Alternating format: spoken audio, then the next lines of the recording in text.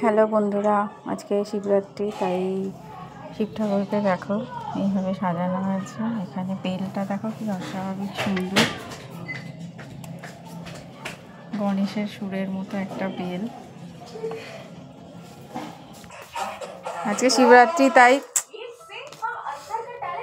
এক সিদ্ধ ভাত হয়েছে। এখানে রয়েছে ভাত, পেঁপে সিদ্ধ, আলু সিদ্ধ আর মিষ্টি আনা হয়েছিল, এই যে হাঁস, আর এই সন্দেশ, আর এটা রাজমা আমি আমার জন্য করেছিলাম, আর এটা টমেটো চাটনি করেছি। আজকে এই খাওয়া দাওয়া।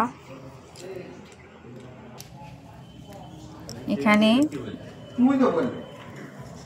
শাক, আলু আর শসা, এই তিনটে ফল আমি দিয়েছি, আর এদিকে কুল, শাক, আলু আর আঙুর, এই তিনটে ফল ছেলে দিয়েছে। শিবরাত্রিতে শিব পুজো দেওয়ার পর ওই ফল খেতে নেই, তো ঠাকুরমশাইকে দিয়ে দেবো।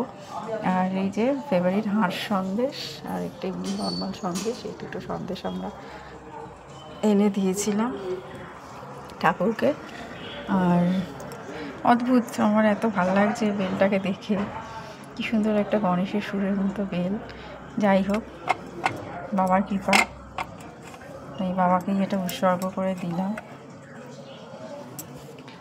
আর এটা ঠাকুর ঘর, এই যে আমার লক্ষ্মীনারায়ণ, প্রসাদ দিয়েছিলাম, প্রসাদগুলো তুলে নিচ্ছি। পুজো হয়ে গেছে। আর এই যে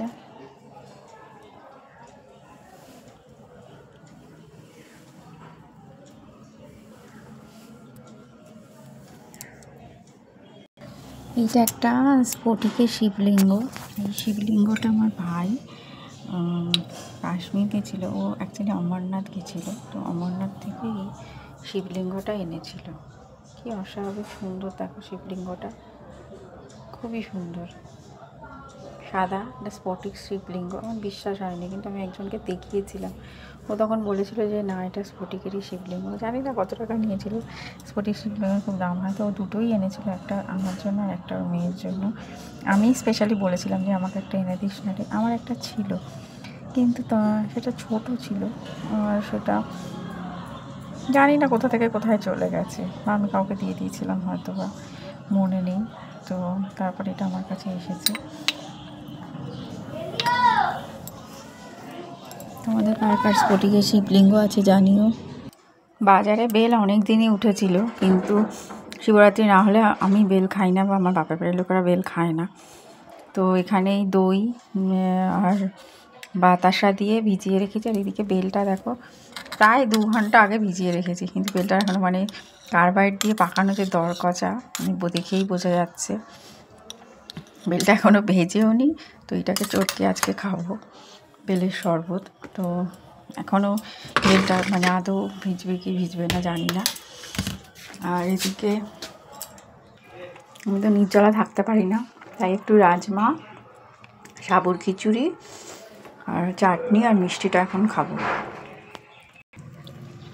আজকে শুধু রাজমা সিদ্ধ, হাঁসের লেজ খাওয়া হয়ে গেছে, চাটনি খেতে খুব কষ্ট হয়েছে। দিয়ে বল কি হলো? ভালো হয়েছে, হ্যাঁ, ঠিক আছে, বাই বাই করে দে, হাতই দেখা যাচ্ছে না।